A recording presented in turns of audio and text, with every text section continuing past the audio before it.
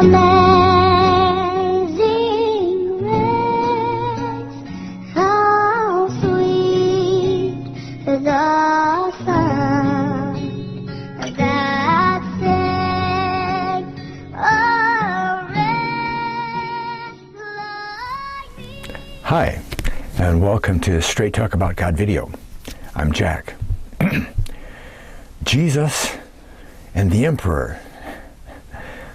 What a wonderful study this is. It's great. You'll find out.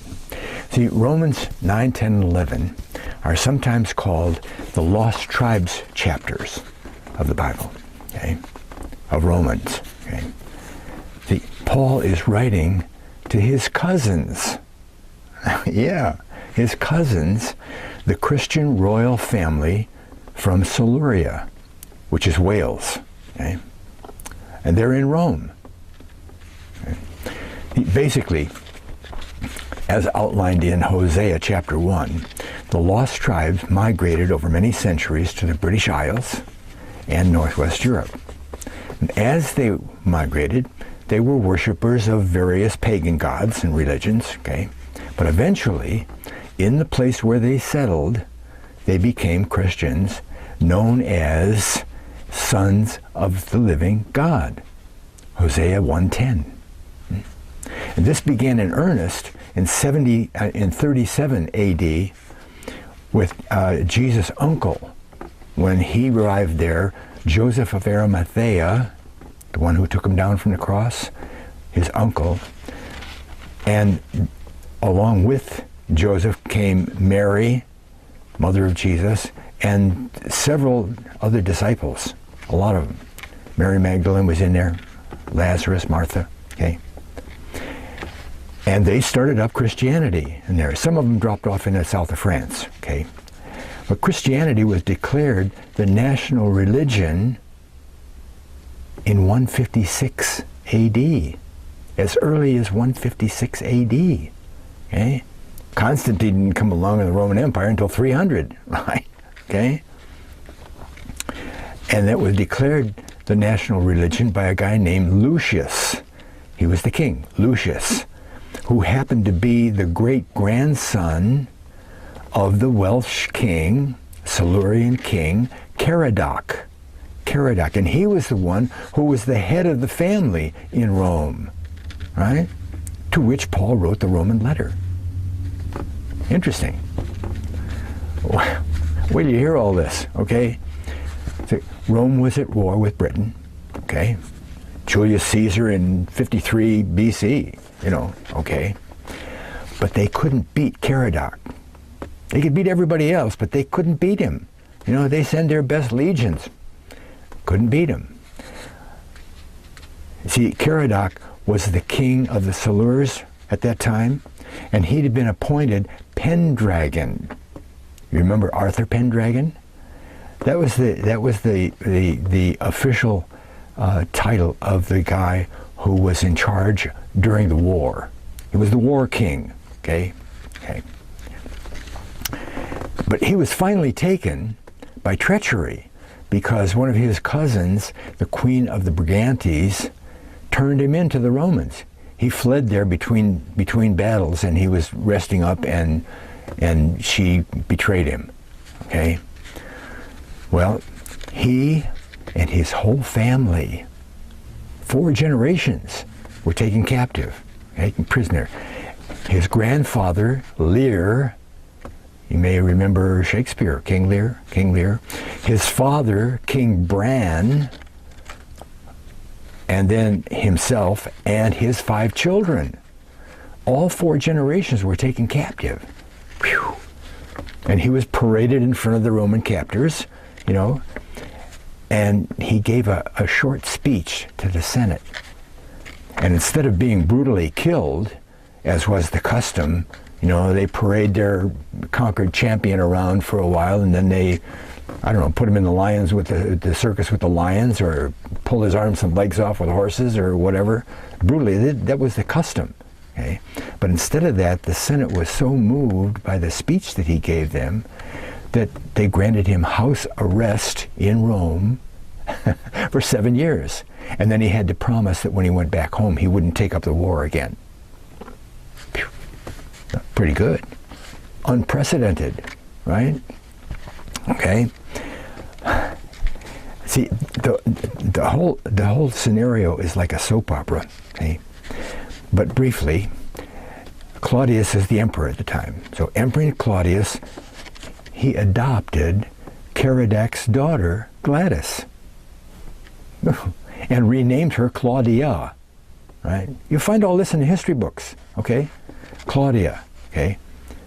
Gladys was her name, but that just means princess, anyway, okay? Then Claudia marries a Roman senator, Aulus Pudens Aulus Rufus Pudens, okay? Aulus Rufus Pudens. Well, Pudens, wait a minute. This is the marriage that connected Paul to the royal family in England there. Because, and Paul even says in Romans 16:13 to salute Rufus, the same Rufus, and his mother and mine. Paul was Rufus' half-brother, or step-brother, whichever that really is. See? Because his mother, Priscilla, had married a Roman official. See? His name was Aquila. See? And that was her second husband, see? So Paul was early on, and Rufus Pudens was from the second marriage. Okay? And they're mentioned. Aquila and Priscilla are mentioned in the 3rd verse of 16. Okay? So when Rufus marries Claudia, she became Paul's cousin, and thereby married into the whole family that was taken prisoner. Okay? But the really interesting part is that the adoption of Claudia by Emperor Claudius, I just said that. It made Paul, I didn't mention that. It made Paul a cousin-in-law of the emperor, right? The emperor. On top of that, it was this very emperor, Claudius, who made the decree that all Christians must die, and the Jews too. Okay? Well, and Priscilla and Aquila founded the Jewish Christian church there in Rome. Okay? But now, the royal family, the Silurians, they're in house arrest in Rome, and their palace becomes a sanctuary for Christianity right there in Rome. It's called the Palladium Britannica. Okay? And all this is why Paul says in chapter 15, verses 23 and 24, that when he's finished doing what he's doing here, and on his way to Spain, he'll stop by. He's going to visit the family. One account, a historical account, even says that Caradoc's kids, or Gladys's kids, were raised on the knees of the apostle. Okay? He spent some time there, you know. He wasn't passing through. And remember, they were all Christians at this time. Okay? But all of this is only the end result of Jesus' uncle Joseph of Arimathea's involvement. Okay? When we trace back the bloodlines back, we find that Caradoc's grandfather, that was Lear, his grandfather, was married to Joseph's granddaughter, Penardon.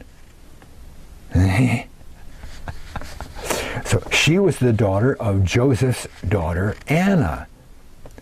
So Joseph of Arimathea has a daughter, Anna, and her daughter, Penardon, marries King Lear.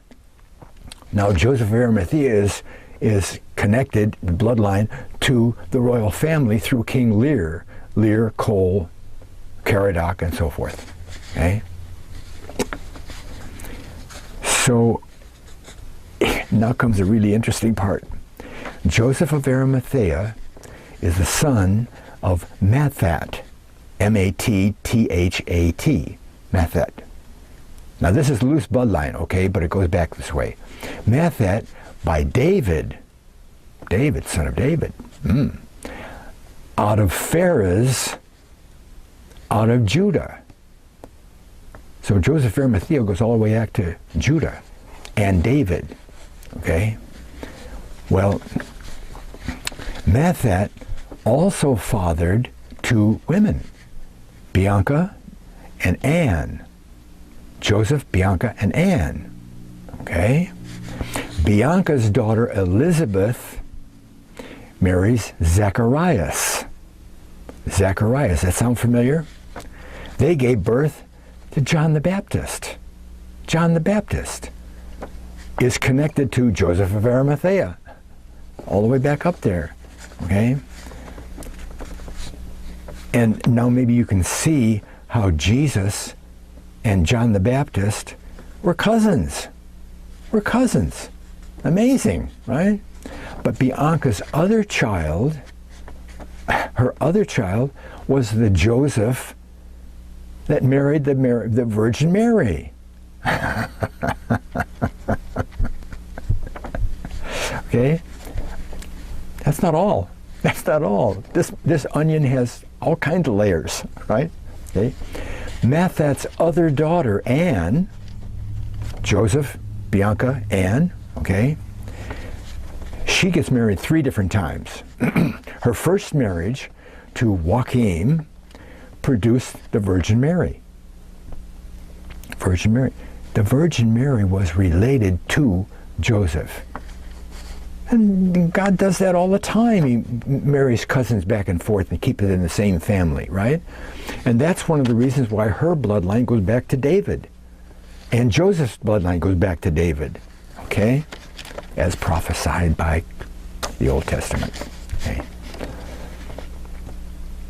But there's still more. Because Anne's third marriage to Salome produced another Mary, popular name, I guess, Mary, okay?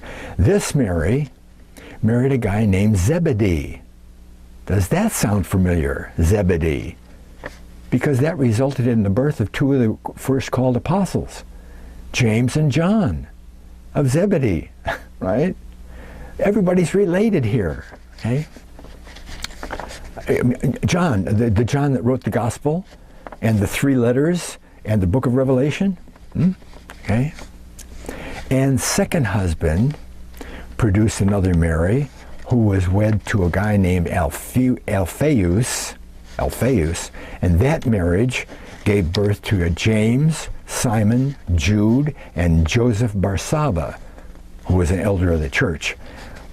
But don't you know that there was more than one James in the apostles, and there was more than one Simon besides Simon Peter, and maybe even Jude was the Jude that wrote the... I don't know about that. You have to research that yourself. Okay? But my guess is that at least 2 of those people were apostles. Okay? All related. See?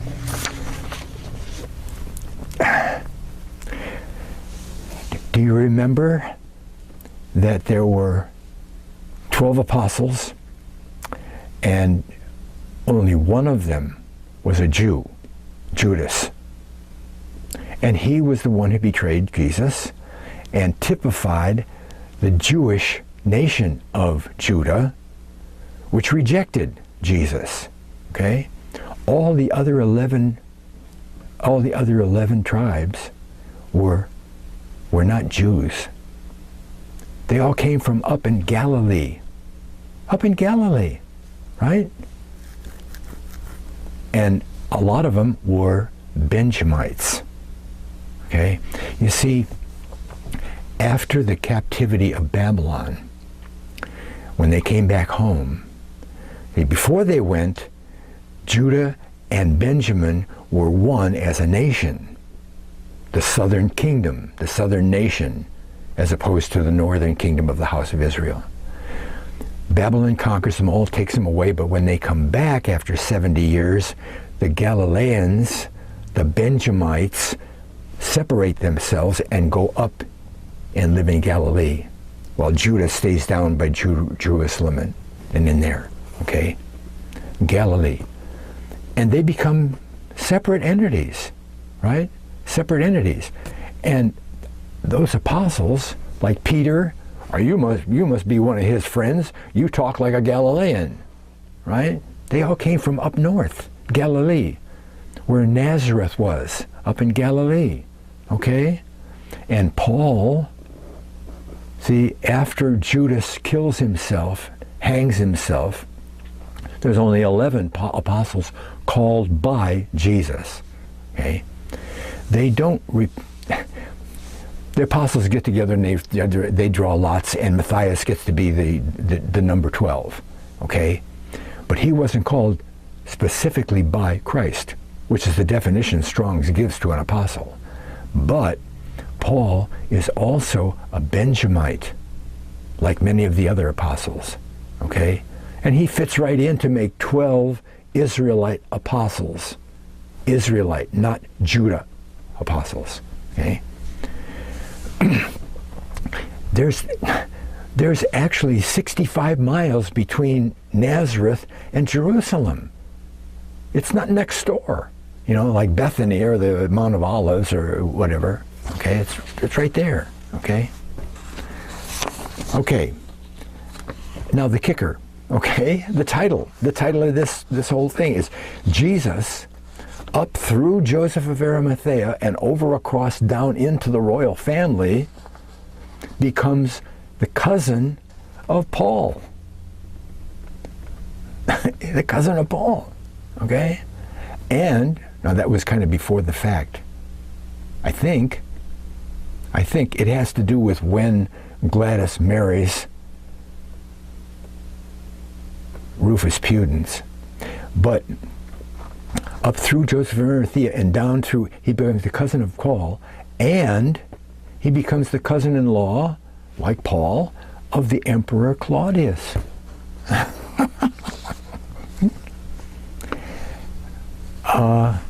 And he happened to be the emperor that was in charge while the church at Rome flourished. Okay, now I know that was kind of hard to follow, okay? But on my website, which has been down for a while but might be up soon, I have this big chart that I put together from two different charts, okay? Genealogy charts. Let me show you that. First, we got the Messianic family. The Messianic family, okay? And it starts with Messianic family, Judah. Out of Judah comes Phares. Out of Phares down the line comes David. And out of David down the line comes the guy named Mathat. Out of Mathat, there are 3 kids. Okay, Joseph of Arimathea, Bianca, and Anne. All right? Joseph of Arimathea has a daughter named Anna.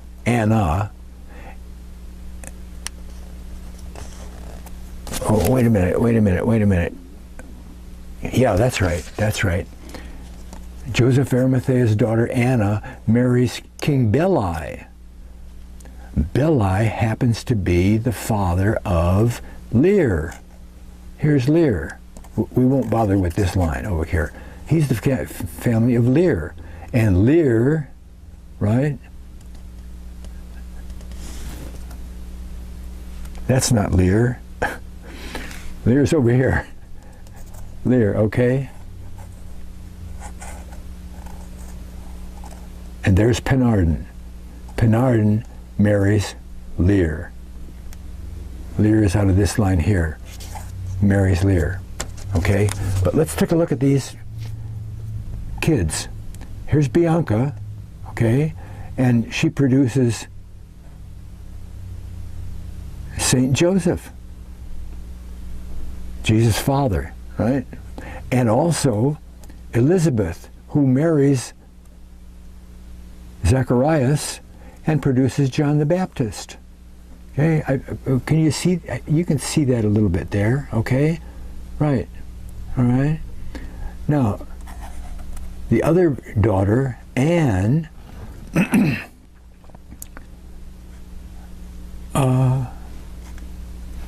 Wait, let me get a little more light over here.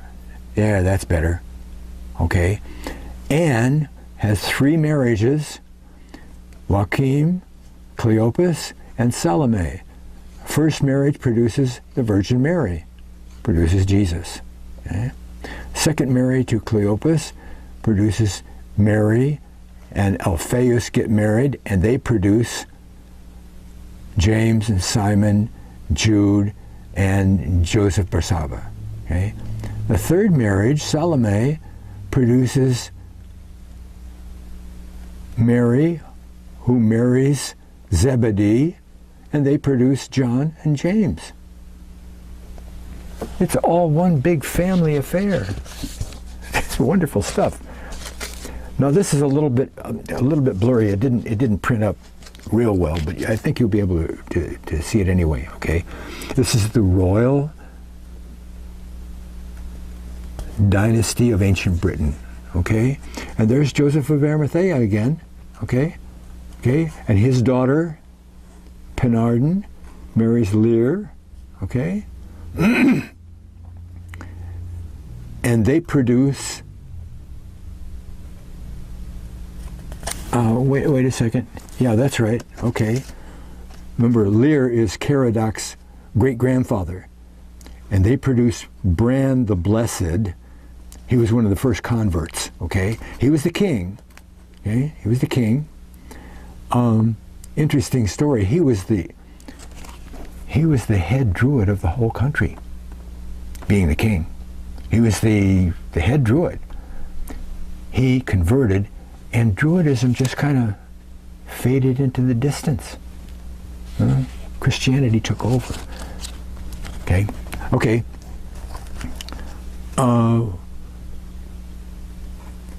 So that's Bran the Blessed, and out of Bran comes Gladys over here, but we won't bother with that bloodline.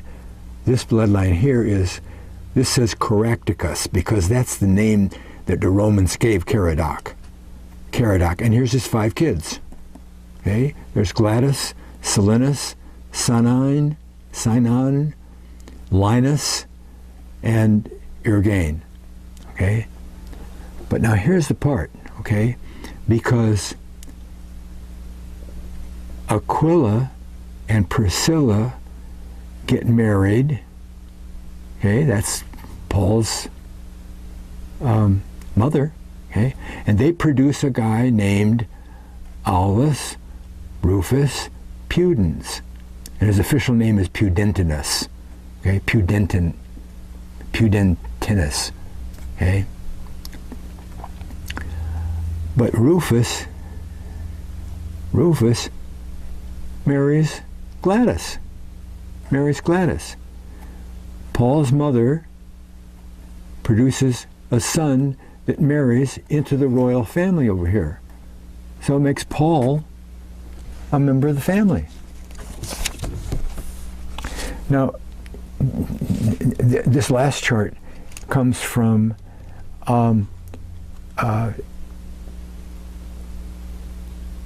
R.W. Morgan, and he wrote a thing called "Did the Apostle Paul Visit Britain?" Did the Apostle Paul visit Britain? This other chart here, you can probably see that. Well, I took the light away. You couldn't see the other one. Well, I'm going to read that to you, okay?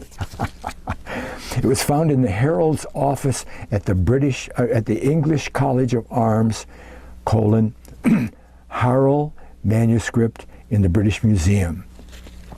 Okay, that's where it was found. But it was in a book that I got it out of by Victor Dunstan, called "Did the Virgin Mary Live and Die in England?"